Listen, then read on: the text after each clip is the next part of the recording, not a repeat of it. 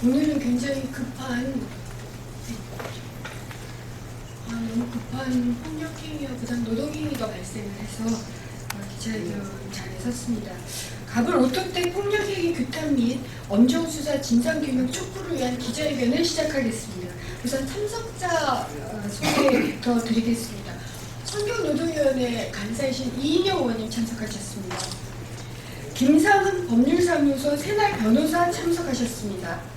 박병호 민주노총 대외협력실장 참석하셨습니다. 김영석 민주노총 금속노조 편집국장 참석하셨습니다. 한정호 민주노총 금속노조 갑을 오토텍지회 부지회장님 참석하셨습니다. 이경주 민주노총 금속노조 갑을 오토텍지회 조합원 참석하셨습니다. 이동희 민주노총 금속노조 갑을 오토텍지회 조합원 참석하셨습니다. 제가 이 진행을 하기 전에 잠깐만 이 사항을 말씀드리겠습니다. 이미 전에도 갑을 오토텍 이 노노 갈등을 위장한 신종 노조 파괴 문제에 대해서 기자회견을 한 바 있습니다만 17일 그러니까 그저께 오후 3시에 집단 폭행 사건이 발생을 했습니다. 지난 4월 30일에도 이미 집단 폭행 사건이 있었기 때문에 두 번째인데요. 고용부 천안지청에 따르면 부당 노동행위와 폭력행위가 있음을 확인을 하고 있습니다.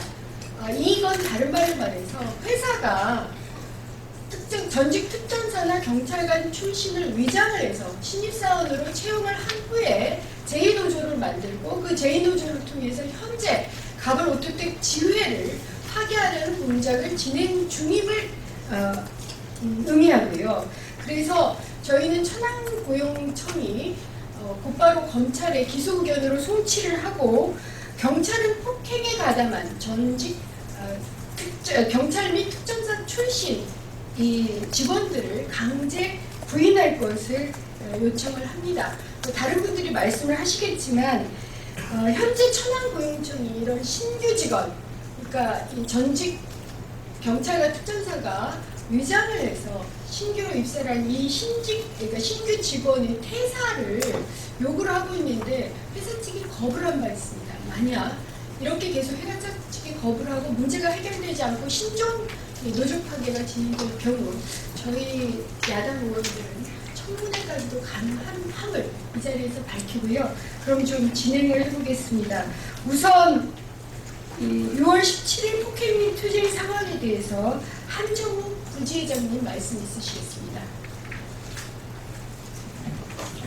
예, 반갑습니다. 참 여러 가지로 마음이 착착하지만 우리 기자 여러분들 기사를 잘 쓰실 수 있도록 최선을 다해서 어저께 있었던 그 상황 설명드리겠습니다. 6월 17일이었습니다. 이미 우리 은수미 의원께서 말씀해 주셨다시피 신종 노조 파괴 책동이 작동되고 있었습니다. 이 책동되는 과정에서 그 방식을 노조를 어떻게 파괴할 것이냐는 것들은 이미 노조 파괴 문건을 통해서 나온 걸로 저희는 알고 있고요. 그런 것들이 실행되는 과정이었습니다. 6월 17일 날 그 이전에도 이미 크고 작은 현장 내에서 폭력 사건들이 비일비재하게 일어났었는데요. 그때마다 경찰, 검찰 쫓아다니면서 이런 상황이 예견되니 이런 폭력 사건이 발생하지 않도록 철저한 구속과 경위를 시켜달라 이런 요청들을 해왔습니다. 그래서 6월 17일 어제 이전에 이미 경찰서 그 다음에 노동부 빠른 시일 내에 범법자들에 대해서는 구속을 시키고 경위를 취하겠다. 그리고 또다시 현장 내에서 이런 폭력 행위가 발생했을 때는 즉각 현행범 체포를 하겠다. 다만 출동 시간이 늦을 수 있으니 잡아놓고만 있어라. 이런 사실 언질도 있었습니다. 그러면서 참아라만 했습니다. 그런 참아라가 결국 어저께 같은 대형 유혈 집단폭력에 의한 우리 조합원 동지들이 현장 내에서 신성한 노동 현장에서 20여 명 정도가 부상을 당하는 이런 사건으로까지 확대됐습니다. 어저께 상황 잠시 말씀드리면 사전에 기획 모의된 전직 경찰, 특전사 이들이 기숙사에서 지금 생활을 하고 있습니다. 이들이 기숙사로 근무 시간 중인데도 불구하고 기숙사에서 이 지휘부가 7, 8명이 모여서 사전 모의를 한 후 곧바로 회사로 진입을 해서 귀합을 하고 현장, 저희 공장 현장에 에바라인이라는 곳이 있습니다. 이곳에 직결을 해서 무차별적으로 조합원 동기들을 폭력을 행사했고요. 여기에 대한 체증을 하는 것까지 핸드폰 모두 박살내고 이렇게 하면서 현장 순회하듯이 폭력 순회하듯이 현장 곳곳을 누비면서 폭력을 행사했습니다. 그리고 곧바로 경찰이 출동을 했죠. 경찰 출동해서 약속 지켜라. 맞은 사람이 부상당해서 20명이 머리 피 흘리고 골절이 돼갖고 지금 후송안에 만에 하고 있는 판에 와서 조사하겠다고 합니다. 머리 터진 사람들한테 조사하고 있습니다.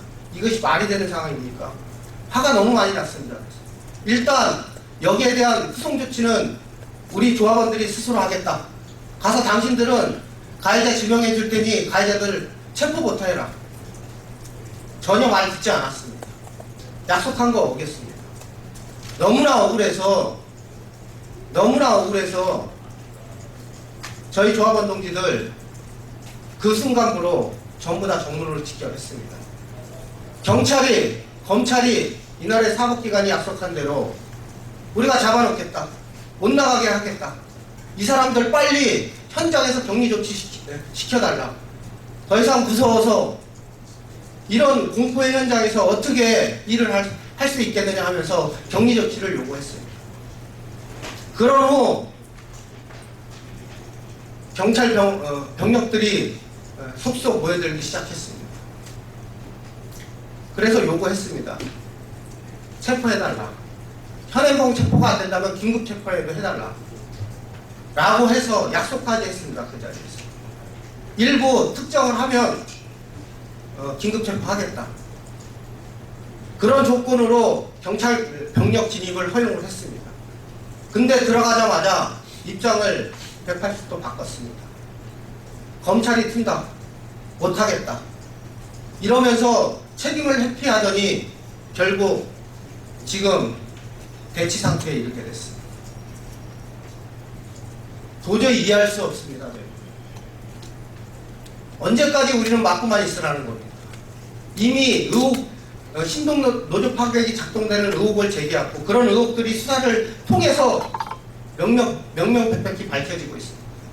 그리고 이런 폭력 사태에 대한 것들 예견을 해서 예방조치 해달라고 그렇게 부탁을 드렸습니다. 전혀 바뀐 게 없습니다. 이 책임은 이것을 지시하고 사주한 회사 측의 기본적인 책임이 있겠지만 이 방기한 책임도 만만치 않다고 생각합니다.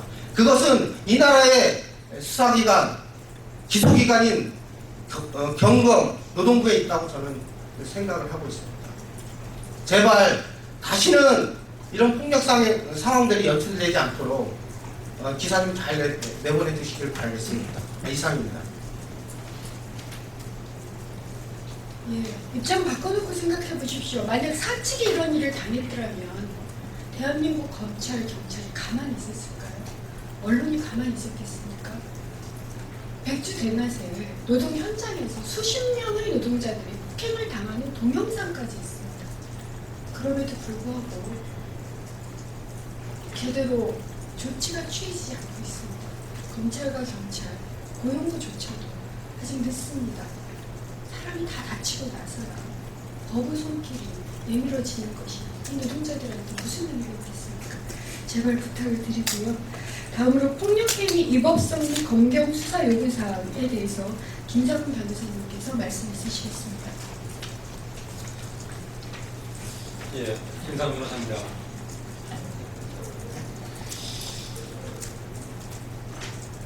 (6월 17일) 날 있었던 폭력 사태는 이미 4월 달에 있었던 압수수색을 통해서 고용노동부가 충분히 예견을 하고 있었습니다.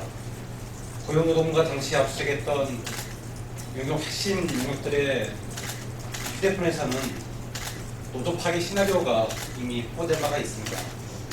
이름이 K플랜입니다. 아직 수사 중에 있기 때문에 저 또는 그 노조원들에게 그 노조 파기 시나리오가 제출되고 있지는 않습니다.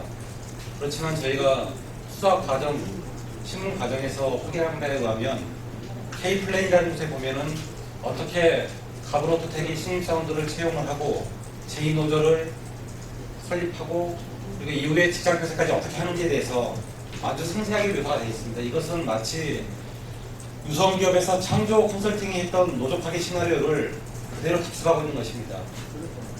그리고 구체적으로 요격들의 휴대전화에서 노조 간부 특정인들에 대해서 식판으로 머리를 찍어라라는, 그리고 상당수의 핵심적인 노조 간부들에서 눈치를 감으로써 노조를 파괴할 수 있는 그런 내용들의 문자 메시지들이 오간 것 또한 이미 압수수색을 통해서 다 확보를 하고 있습니다.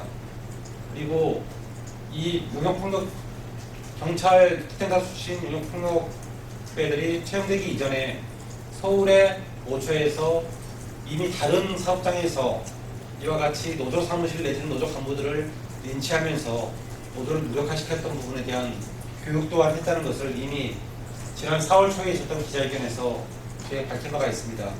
그래서 충분히 폭력 사태에 대한 예방이 가능했고, 이를 예방하기 위해서 핵심적인 사인에 대한 세용자 임명과 그리고 핵심 영역들에 대한 구속 수사를 요구했었고, 거의 구속이 되는 것처럼 6월 초까지 이야기했다가 결국에는 대검이 이것을 못하게 한다. 검사가 내지는 조사관이 좀 의지를 가지고 하고 있는데 검찰 대검에서 가브로토텍 부당노동행위 구속수사를 맡고 있다. 이제는 영장을 청구할 수 없다. 이렇게 얘기를 하고 있었습니다. 바로 그런 상황에서 6월 17일 날 폭력사건이 발생한 것입니다. 폭력사건을 밝혀보면은 일단 그 생산 현장에서 금속노조 조합원들이 17명이 중경상을 입었습니다. 가해자는 소위 그 용역폭력배들이 만든 어용노조의 주요 간부들입니다. 동영상을 보시면 무자비하게 5명, 6명이 금속노조원을 현장 바닥에 놓고 밟는 장면들이 나옵니다. 폭력사건 발생하기 전에 노조에서 기숙사에 이들이 모여서 사전 모의하는 것을 파악을 하고 사전에 이를 예방할 것을, 그리고 사건이 발생하면 즉시 출동해서 이들을 체포할 것을 요구를 했습니다. 사건 발생 직후 왔습니다. 사건 발생 직후에 경찰들이 출동을 했기 때문에 충분히 법리적으로 현행범 체포 요건에 해당됩니다. 시간적으로 장소적으로 현행범 체포를 할 수 있는 요건에 해당됨에도 불구하고 현장을 목격하지 않았다는 이유만으로 현행범 체포를 하지 않았습니다. 제가 아산경찰서에서 다른 가블로토텍 사건 조사를 받다가 저도 지정팀 형사들과 같이 현장에 갔습니다.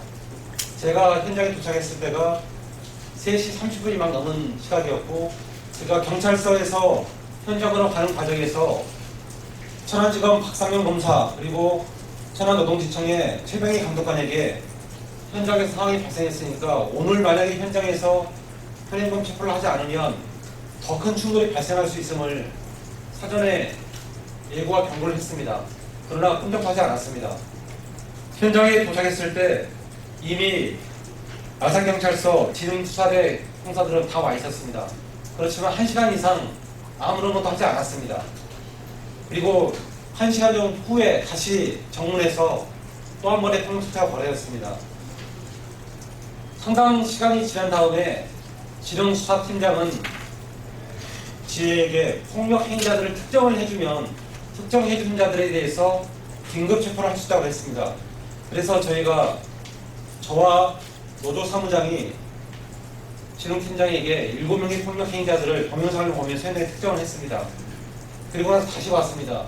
7명 뭐하니까 2명을 긴급 체포를 하겠다.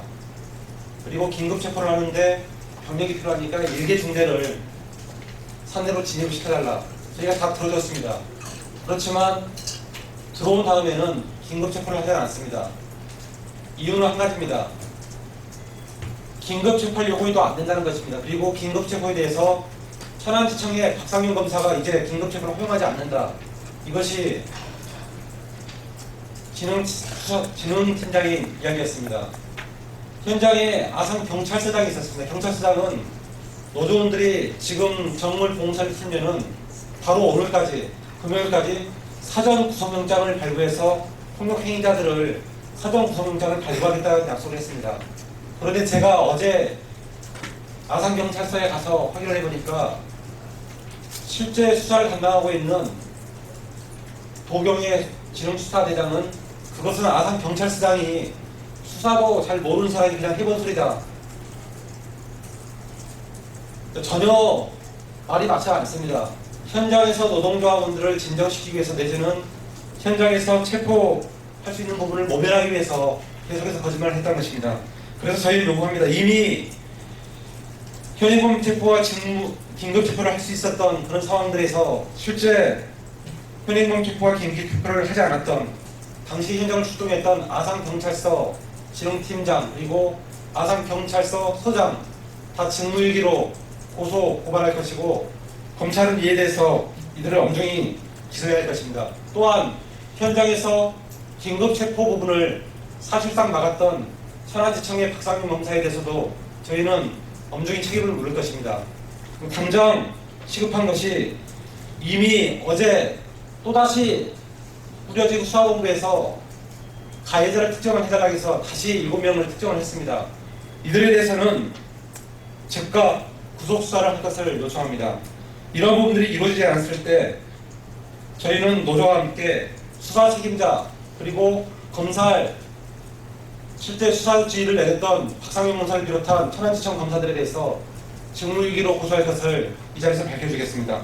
두 가지입니다. 수사 책임자에 대한 직무유기 고소와 폭력 행위자에 대한 구속 수사를 요청하겠습니다. 네, 이상입니다. 네, 감사합니다. 여기 뒤에 두 분이 들고 계시는 이 사진이 바로 그날 폭력 현장입니다. 이분들이 뭐라고 하시는지 아십니까? 메르스보다 더 무서운 게 회사의 신종 노조 파괴라고 합니다. 만약 여기서 차단되지 않는다면 이것이 이 현장뿐만 아니라 삽시간에 전국으로 번져나갈 것을 전 국회에서도 정말 우려를 하고 있습니다. 이것을 저희 국회에서도 그대로 두지는 않겠다라는 말씀을 드리면서 우선 기자회견문 낭독을 끝으로 기자회견을 마칠까 합니다.